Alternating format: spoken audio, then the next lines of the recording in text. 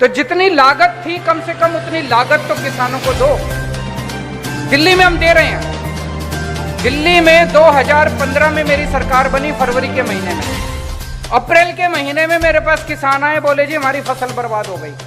मैं किसानों के साथ उनके गांव में गया, गांव के अंदर ही मीटिंग बुलाई सारे किसानों की। वहीं पे उन्होंने मेरे को सारी कैलकुलेशन करके दी।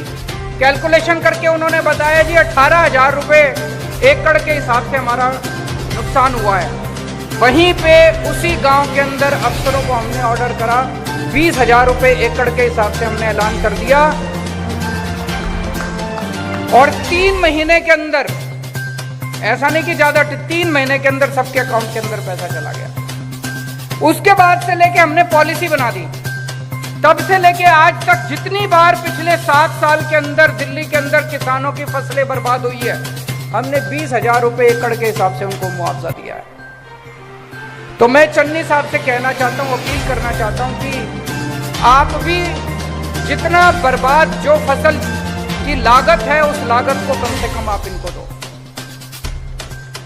और मैं पंजाब के किसानों को कहना चाहता हूं कि अगर चन्नी साहब आपको आपकी लागत नहीं देते, मेरी आपसे हाथ जोड़ के विनती है, खुदकुशी मत करो। खुदकुशी मत करो। बड़ी तकलीफ होती है, हमें भी तकलीफ होती है। हमें अपना बेटा मान लो, छोटा भाई मान लो। खुदकुशी मत करो। मैं समझता हूं, मेरे को किसान बताते हैं, अगर हम फसल ना लगाएं, बोले तब भी चल जाता है, लेकिन अगर पैसा खर्च करके, खाद खरीद के, बीज खरीद के अगर हम फसल लगाएं, पैसा उठा के फसल लगाएं और फसल बर्बाद हो जाए, बोला फिर तो हम कहीं के नहीं बचते। हमको पैसा वापस करना पड़ता है, पैसा वापस करने को होता नहीं है, तो हम कहीं के नहीं बचते। इसलिए आत्महत्या करने को मजबूर हो जाता है किसान। मैं आप सबसे अपील करना चाहता हूं, सारे पंजाब के किसानों से अपील करना चाहता हूं, आत्महत्या मत करना। मार्च में सरकार बनेगी। अगर चन्नी साहब ने पूरा मुआवजा नहीं दिया, 30 अप्रैल तारीख नोट कर लो, 30 अप्रैल तक आपके अकाउंट के अंदर आपका पूरा मुआवजा चला जाएगा।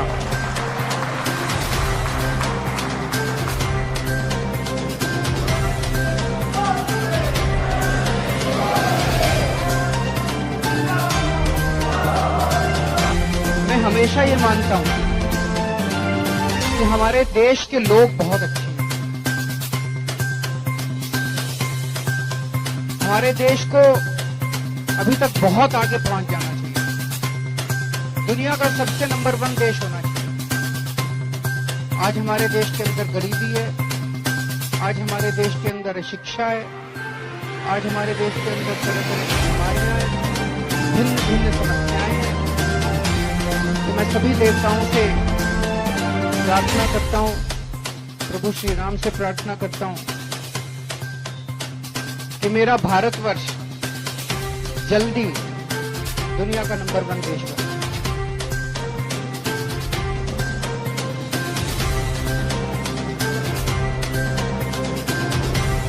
और हम 130 करोड़ भारतवासी मिलकर, ये मेरा दिल है, ये हो सकता है। मैं उम्र में छोटा हूं, अनुभव में छोटा हूं। यहाँ पे जितने लोग हैं और जो लोग मुझे सुन रहे हैं, वो मुझसे उम्र में भी बड़े हैं, अनुभव में भी बड़े हैं। लेकिन जो मेरा दिल्ली चलाने का 5 साल का अनुभव है,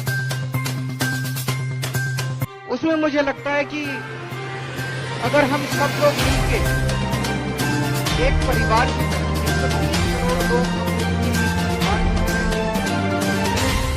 सब मिलके एक साथ काम करें, अपने बीच की दीवारों को गिरा के, अपने बीच के भेदभाव को गिरा के अगर एक साथ मिलके काम करें, तो इस देश को दुनिया की सबसे बड़ी शक्ति,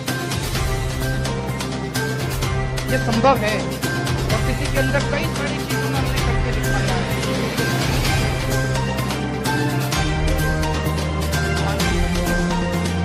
वो तो सब लोग मिलके करेंगे।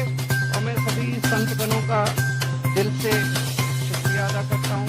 सब लोगों का आशीर्वाद लेके वापस जाऊंगा। कल सुबह हनुमान जी के दर्शन करने को मिलेंगे, रामलला के दर्शन करने को मिलेंगे। सौभाग्य प्राप्त हुआ है और भगवान ने बहुत कुछ दिया है जीवन में, पता नहीं मैं इसके काबिल होती हूँ, लेकिन मैं बस ये चाहता हूँ कि जो कुछ भगवान ने दिया है, जो भाग्य मुझे प्राप्त हुआ अयोध्या आने का, मैं कोशिश करूं कि भारतवर्ष के हर व्यक्ति को ये सौभाग्य प्राप्त हो। बहुत बहुत शुक्रिया।